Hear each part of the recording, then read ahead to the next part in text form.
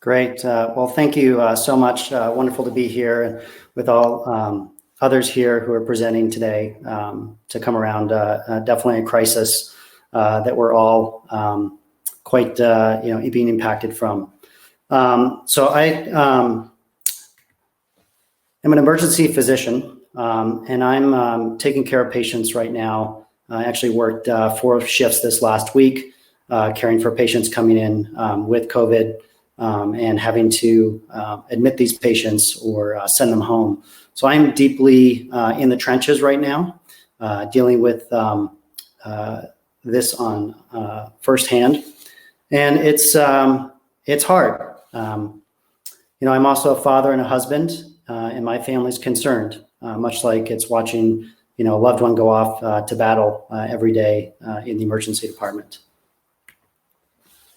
And we're all serving on the front lines. It's a little bit unusual for us to have this unknown, to not know necessarily what's going to happen.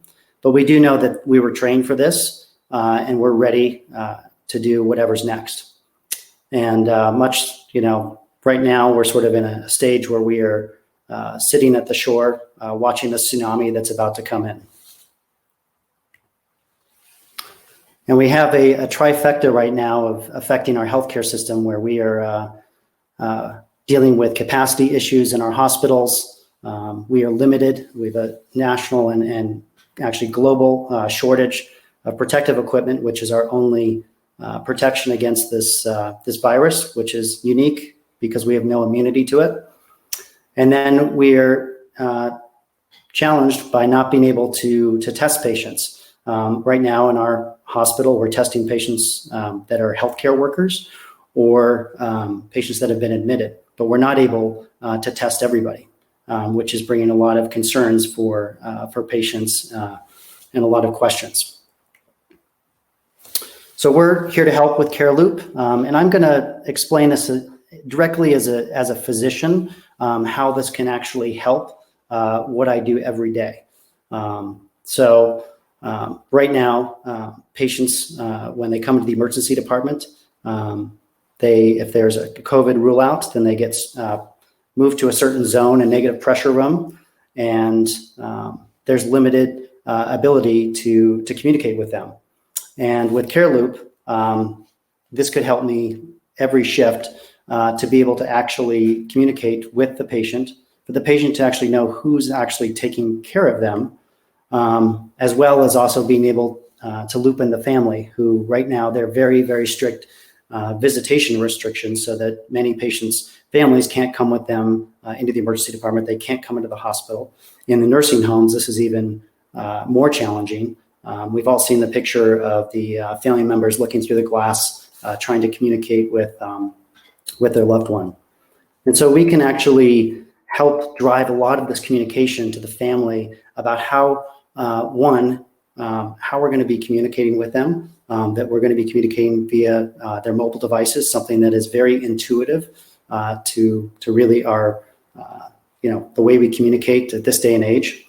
And we can also check in with them. So instead of myself having to go in and don PPE with every patient check-in, or the nurse with every check-in, we can actually be able to communicate with them why they're in the emergency department, or when they're admitted to the hospital, or if they're in a nursing home. So this is a way for us to be able to streamline and keep the patient in the loop about what's happening with them during their visit. We can also have a big impact in terms of preserving PPE.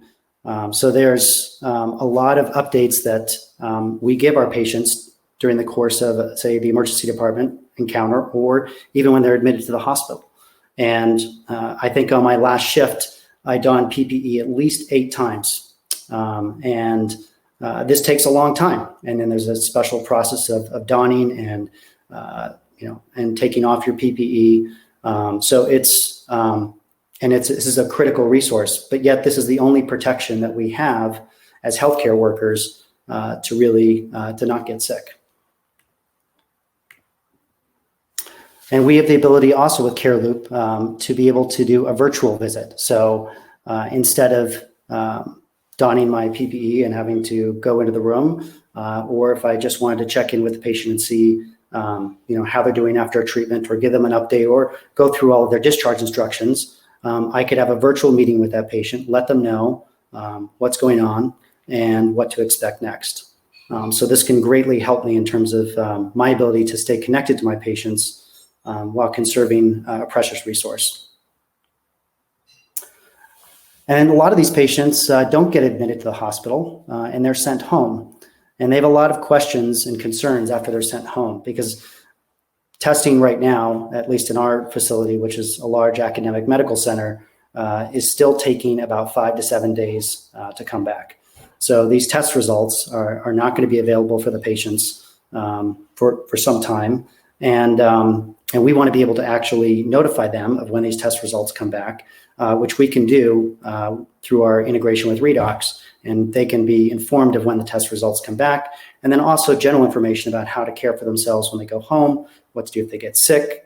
And then also specific discharge pathways, so we can actually check in with these patients and see how they're doing, if they're having, for example, a fever, if they're having worsening shortness of breath, if their symptoms are progressing.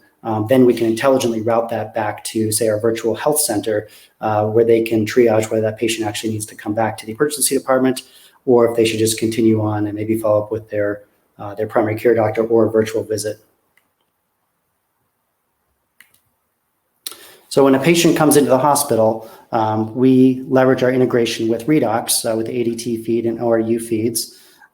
We have a unique QR code that they can scan from the device. So they do have to download an application, and then they scan a QR code, and within a minute they can be registered.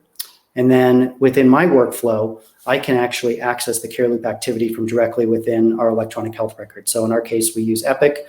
This is basically one click from within the patient's chart, and I can send a message out to the patient, and I can also update the nurse to check in with them if I wanted to. And the family can also have loved ones that are involved in this communication. So if they have a healthcare proxy, that person could be receiving these communications. This is really important in the context of, say, if this was a patient in the ICU who was, say, on a ventilator, intubated. A lot of the family is, because the visitation restrictions, are not able to be there. So this is a way we can keep them informed about what's happening. Same in a nursing home where family are not being allowed to come into the nursing home. We can keep them informed and let them know how the patient's doing. And then as far as the virtual check-ins, we can be doing triage with them. We can be seeing how they're doing after treatments. We can even do virtual rounding. So instead of the typical rounding, which we have large care teams that go around and see each patient one by one on our list, we could actually be doing this virtually. And then key to actually improving patient outcomes is being able to actually follow up with these patients, check in with them. And so because we know when the patient is discharged from the ADT feed with Redox, we're able to actually follow up with them. And we have specific pathways that we've developed, and we can almost do remote monitoring to look at their symptoms and then intelligently route that back to whoever needs to follow up on that. So what's the impact of something like CareLoop in my daily practice? So I did a query of our hospital the other day, and right now we have 241 patients that are currently on droplet precautions. So we're a 678-bed hospital. So these would be patients that we'd have to don PPE to go in and check in with them. And we could be conducting virtual check-ins with these patients. So if we think about a nurse's typical shift, they may go in and check on that patient every couple hours. A physician may check in with the patient, depending on how long their shifts are, several times during a shift. And then there may be ancillary staff, or there may be family members. So there's easily at least 30 or more interactions that are happening per day, which is a lot of PPE. If we do the math, this is close over 7,000 PPE per day. So we can have a direct impact in terms of reducing this critical resource that we're depending on by using CareLoop. There's also the impact on patients. This is actually a quote from a physician who found herself in the unique position of being a patient who was on isolation, was admitted to a hospital. And this really speaks to how we communicate today.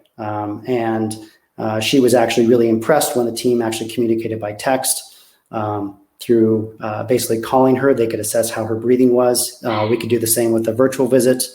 And she really felt that the care team was more engaged than she had actually in her usual ED practice with patients who've been on isolation. So CareLoop can have an impact really on not only conserving vital resources, but also an impact on helping the team be more efficient and also communicate during this incredibly important time when this is being impacted and we're not allowed to communicate in the typical ways that we would be able to.